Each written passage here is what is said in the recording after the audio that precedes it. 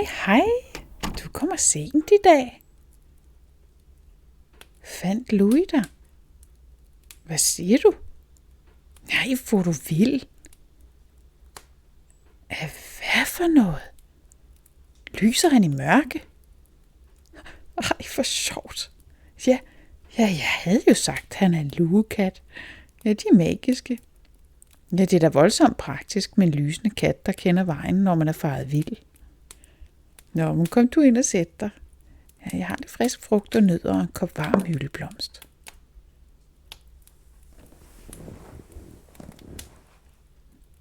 Nå, men nu skal du få din historie. Ja, jeg plejer jo ellers sådan at fortælle søvndysende historier, men i dag, der bliver den altså lidt vild. Men hvis jeg læser den sådan stille og rart og roligt, må du så ikke kan falde til ro alligevel. Nå, nu skal du høre. Historien hedder Leonardo og Monster Doom. Der var engang en dreng ved navn Leonardo, som var vild med computerspil. Hans yndlingsspil var et vildt skydespil, hvor man skulle nedkæmpe kæmpe monstre og udføre risikable missioner. En eftermiddag satte han sig ned på sit værelse og skulle til at begynde at spille sit yndlingsspil Monster Doom, og hans storebror Asbjørn sad og spillede i værelset ved siden af og råbte til sine venner. Hey, vær lige stille, råbte Leonardo. Hey, vær selv stille, råbte Asbjørn. Men han råbte nu ikke så højt derefter. Da Leonardo åbnede spillet og skulle vælge, hvilken monsterverden han ville spille i, så han, at der var en helt ny verden tilgængelig. Hans hænder begyndte at dirre en lille smule af spænding, for det så vildt ud. Det lignede ikke nogen af de andre verdener. Det funklede ligesom sådan lidt med grønt lys. Fedt! Han trykkede på knappen, og en vild verden tonede frem på skærmen.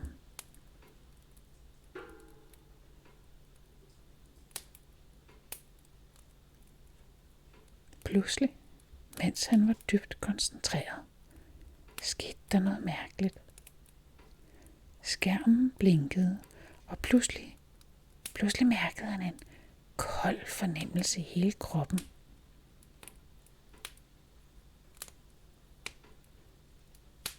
Hans stol, han sad på derhjemme, var forsvundet. Og nu kunne han kun mærke en kold luft omkring sig. Hvad sker der? Råbte Leonardo. Alt omkring ham var mørkt. Men da han rakte ud i mørket for at mærke sig vej, lyste en hel verden pludselig op. Himlen tændte blåt. Kokospalmer vejede i vinden, og han kunne pludselig mærke blødt sand under fødderne. Et azurblåt hav brusede og slog bølger ind mod den strand, han stod på.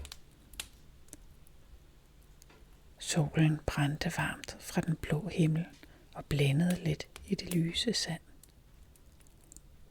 What? Hvor er her fedt! Han kom til at se ned af sig selv. Han havde helt andet tøj på. Han havde det skin på, som hans karakter normalt havde på i computerspillet. En militær uniform og tykke, sorte støvler. Han mærkede på sit hoved. Jo, det var god nok. Militærkasketten var der også.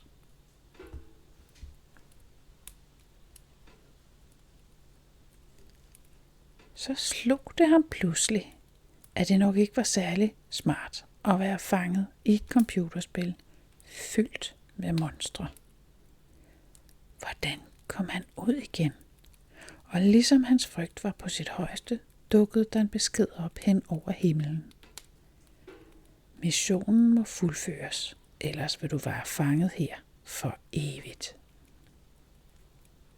Han havde ikke nogen idé om, hvordan han skulle klare det. Missionen var umulig. Hvad nu, hvis han ikke kunne finde ud af det? Og ligesom han skulle til at gå i panik, hørte han pludselig en velkendt stemme. Den lød, ligesom når han snakkede med sine venner over Discord i spillet. Hej Leo, du har også fundet den nye bane i spillet. Det var Asbjørns stemme. Han kiggede rundt. Der, lidt længere nede ad stranden. Der stod Asbjørns karakter. Asbjørn, kaldte Leo, mens han løb hen til karakteren. Du må endelig ikke forlade mig. Jeg er inde i spillet. Nøj, for det føltes mærkeligt at se den figur, der var Asbjørn i virkeligheden.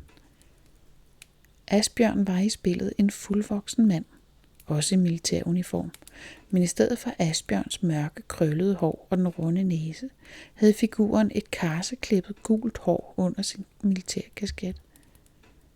Men Leonardo var også selv en fuldvoksen mand, og kunne se ham lige i øjnene. I en blanding af desperation over at være fanget i spillet og en lettelse over at se sin storebror, så kastede han sig ind i et kram på den store lyshårede militærmand. Er du seriøst, lillebror?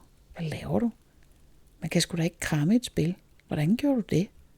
Jamen, jeg fangede inde i spillet, og jeg kan ikke komme ud. Hvad mener du? Jeg blev suget ind igennem skærmen, og så var jeg her ligesom, og der stod, at jeg ikke kan komme ud, før missionen er fuldført. Men jeg ved ikke, hvad missionen er. Pludselig lød Asbjørns stemme fjern, og hans figur blev stiv, som om Asbjørn havde forladt computeren. Hey, hvor er du henne? Kaldte han. Jeg så dig lige sidde på dit værelse. Hvad sker der? Asbjørn kiggede først skeptisk rundt i værelset, men så kiggede han nærmere på skærmen og kunne ikke benægte, hvad han så. Leonardo var der. Altså virkelig var der. Som om han var blevet trukket ind i spillet. Asbjørn blev straks alvorlig. Han kunne høre panikken i sin lillebrors stemme. Asbjørn, kom tilbage ind i spillet. Jeg kan altså ikke lide det her. Okay, vent lige. Jeg har altså aldrig set noget som det her før, men jeg skal nok prøve at hjælpe dig. Bare rolig, sagde Asbjørn, der nu var tilbage i sin karakter. Selvom de var meget forskellige. Asbjørn havde spillet i flere år og var erfaren og vant til at håndtere de svære niveauer, mens Leonardo var hurtig og skarp og altid ivrig efter at vinde. Så var de nu et hold, og sammen begyndte de at planlægge. Men Asbjørn, hvad skal jeg gøre, sagde Leonardo småblændet af panik. Asbjørn smilede. Jamen, vi skal bare færdiggøre missionen. Jamen, hvad er missionen? Ej, altså Leo, nu har du da helt tabt hovedet. Hvad plejer missionen at være i det her spil? Udradere alle monstrene? Jep, så må det ikke også det er sådan her. Nå jo, sagde han og følte sig lidt dum. Men det var også en lettelse. Hvor var han heldig, at Asbjørn også var lukket på, så han ikke var alene. Hvad så, hvis jeg dør?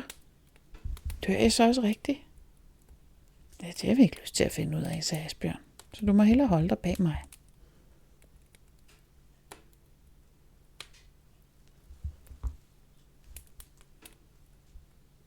Leonardo og Asbjørn kiggede ud over stranden. Den var øde, bortset fra kokospalmerne og det bløde sand. Der føltes varmt under fødderne. Leonardo var stadig helt opslugt af den mærkelige virkelighed omkring dem.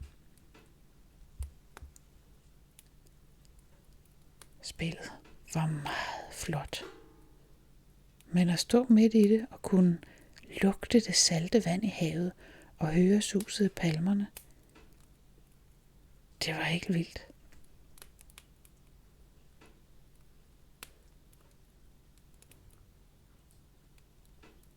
Okay, hvis vi skal fuldføre missionen og udrydde monstrene, hvordan gør vi det? Spurgte Leonardo, mens han kiggede rundt. De var midt på en stor, tropisk ø.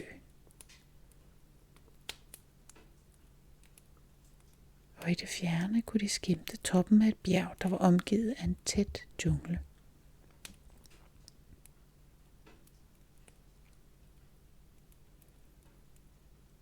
Ja, vi begynder med at finde og nedkæmpe monstrene et af gangen, svarede Asbjørn med sin roligste stemme.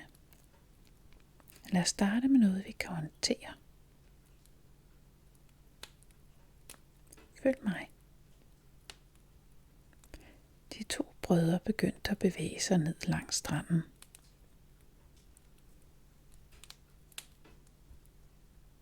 Deres støvler lavede sådan stille og rytmiske lyde i sandet.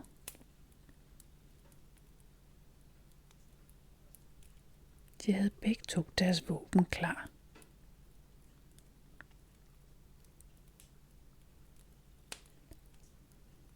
Asbjørn havde et kraftigt gevær, mens Leonardo havde en præcisionsriffel, som han var god til at bruge.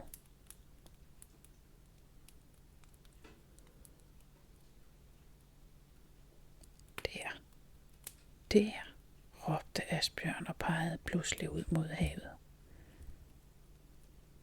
Et kæmpe monster kom kravlende op af vandet. Dets enorme klør efterlod dybe mærker i sandet, mens det brølede imod dem. Huden var dækket af sorte skæl, og dets øjne lyste rødt i solen.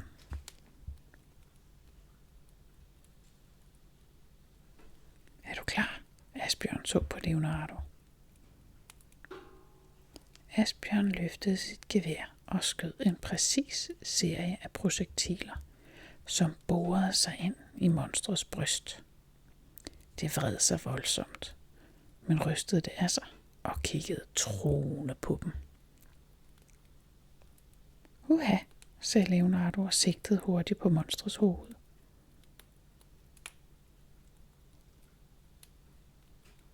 Med et skud fløj kuglen afsted og ramte monstret lige mellem øjnene. Det gik ned med et højt brøl og kollapsede sandet. De 2 brødre kiggede på det, lettet, men vidste, at der var flere monstre at finde. Så er der en nede. Lad os komme videre, sagde Asbjørn, og vendte sig mod de mørkere områder af øen, hvor jungle og skov begyndte.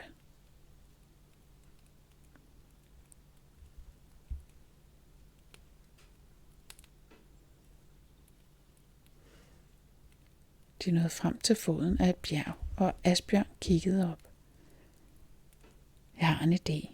Vi skal op på toppen, så vi kan få et godt overblik. De begyndte at bestige bjerget, og efter et stykke tid nåede de toppen. Udsigten var fantastisk, men der var også noget dystert over det. Fra toppen kunne de se ud over hele øen og det mørke hav, men også en stor uhyggelig tåge, der rullede ind over en skov lidt længere væk.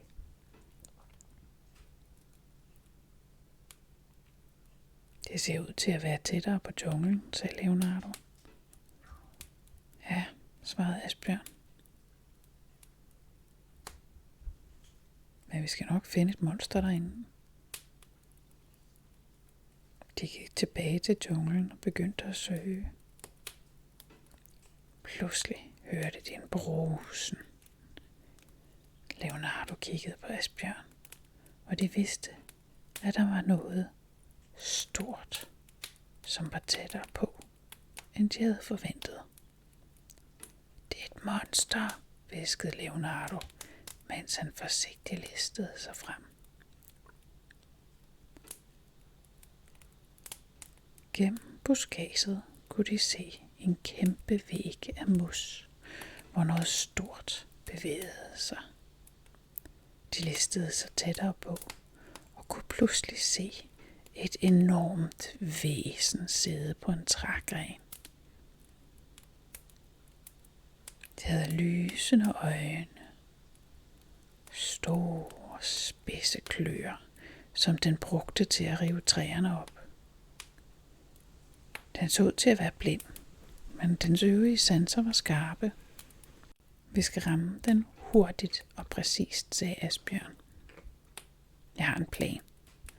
Når jeg siger nu, fyrer du et skud af mod grenene. Det skal få den til at falde. De fandt en god position. Nu! Asbjørn råbte og affyrede sit gevær, hvilket fik monstret til at reagere. Leonardo, som var hurtig til at følge med, sigtede præcist og affyrede et skud mod den gren, monstret sad på.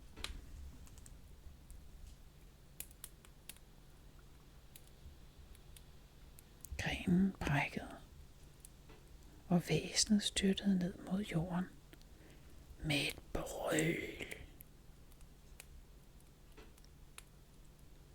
Monstret havde været langsomt til at vende sig, da lå på ryggen, og Asbjørn og Leonardo var hurtige til at angribe, og de dræbte monstret i en koncentreret og præcis ildkamp.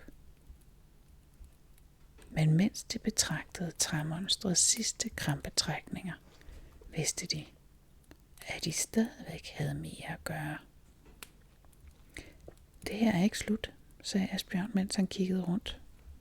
Vi skal altså videre. De fortsatte deres rejse igennem junglen, indtil de nåede en stor klippeformation med et imponerende vandfald, der brølede ned fra klipperne. Er der monstre her? Leonardo kiggede op på den massive vandstrøm.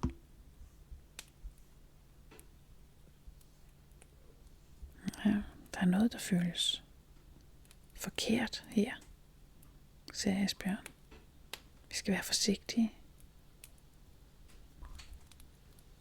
Da de nærmede sig, skød et kæmpe monster op fra vandet. Dets hud var glat og grøn, og dets øjne var dækket af en tyk hinde, som gjorde det svært at se. Men dens enorme klør kunne høres, når de ramte klipperne. Det var et vandmonster, der havde levet i vandfaldet i mange år. Det landede på klippevæggen og begyndte hurtigt at klatre op imod de to brødre. Asbjørn skød først, og Leonardo fulgte hurtigt efter. De kæmpede bravt mod det monster, der forsøgte at nå op til dem. Og lige som sin monster stak sin ene fæle hånd, fik det ramt Asbjørns arm, og en flænsende lyd hørtes, og hele verden blev kortvarig rød. Skyd, Leo, den har mig, råbte Asbjørn. Leo sigtede lige mellem øjnene på monstret. Pop. Så åbnedes de beskyttende hænder på øjnene, og den stirrede dødt ud i luften. Slap og faldt ned i dybet. Sådan en led satan, sagde Asbjørn. Lad os komme videre. De gik ind i en mørk grotte, der var fyldt med den våde lugt af sten og jord. Der, i det dybe mørke, ventede endnu et monster. Et stort, slimet væsen med tentakler, der kunne lave en ækel skængerlyd, ligesom et skrig. Vi skal bruge alt, hvad vi har lært, sagde Asbjørn. Lad os afslutte det her.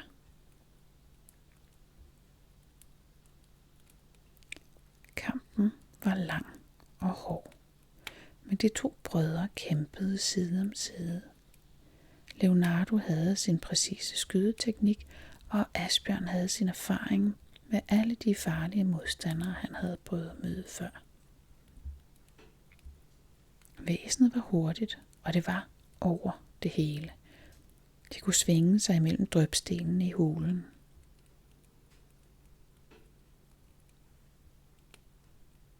Leo, du er så god til at ramme præcist. Kan du skyde drøbstenene ned, så den ikke kan fistre sådan rundt imellem dem? Leo lagde tungen i mundvigen og begyndte at skyde drøbstenen ned. Men monstret skreg og stoppede med at fare rundt. Tjak, tjak, tjak. Pludselig kom der en regn af spidse, sorte benpile flyvende Den kunne skyde med dem ud af sine tentakler.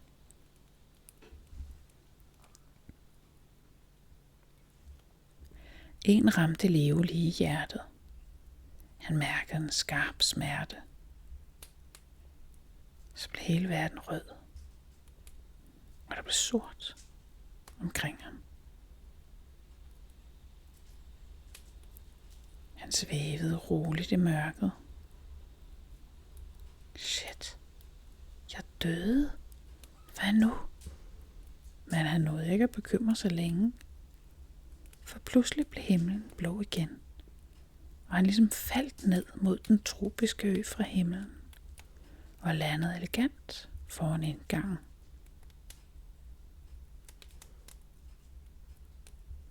Han løb ind i grotten for at se Asbjørn, der brølede og stod og plukkede løs på monstret.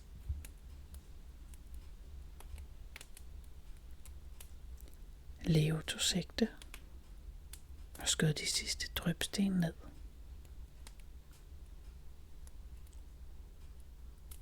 Pludselig kunne monstret ikke andet end at komme dem nærmere for at angribe. Leos sidste skud ramte den i hjertet, og på tilfredsstillende vis splattede monstret og eksploderede i gult snask ud over hele grotten. Og også de to brødre. For nice, sagde Leo. Leo. Wow, jeg troede du døde. Og jeg vidste slet ikke, hvad jeg skulle gøre, sagde Asbjørn. Ja, det var egentlig okay. Jeg spawnede bare og svævede ned på øen igen. Det kildede faktisk lidt i maven.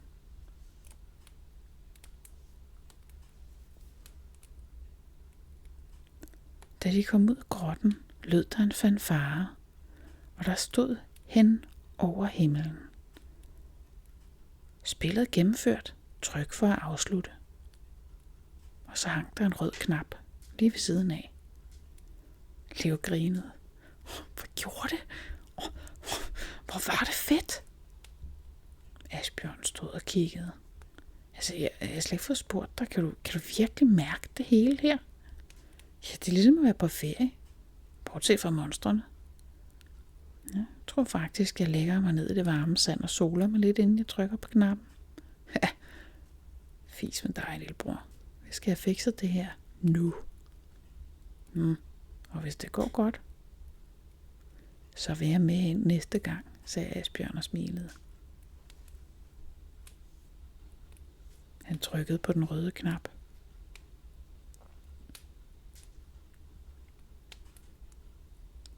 Leonardo mærkede en mærkelig følelse af at blive trukket tilbage til sit værelse. Øjnene flakkede, og da han åbnede den, var han pludselig tilbage foran sin computerskærm i sit værelse.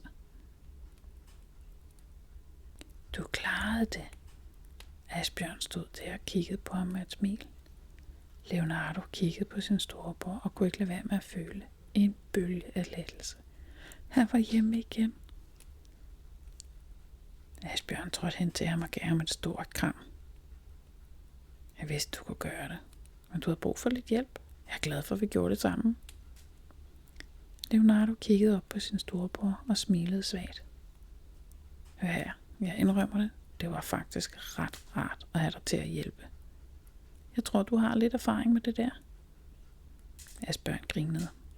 Ja, det er sådan med store brødre. Vi ved en masse, selvom det er svært at acceptere, når man gerne vil være bedst til alt. Leonardo kiggede på skærmen og tænkte et øjeblik. Men jeg er ret god til at skyde, sagde han med et skævt smil. De grinede begge. Og for første gang indså Leonardo, at det faktisk var ret cool at have en storebror, som havde lidt erfaring at dele ud af. De var et hold. Og næste dag satte de sig ved Leonardos computer og tog afsted sammen.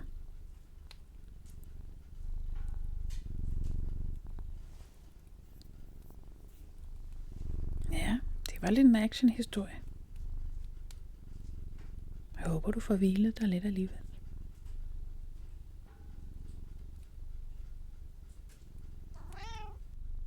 siger du, Louis? Nå ja, du spiser jo ikke frugt. Ja, måske du skulle have lidt mad også. Jeg går lige ud og fodrer Louis. Skal du have lidt mere varm hyldeblomst? Ja, så tager jeg lidt af det med.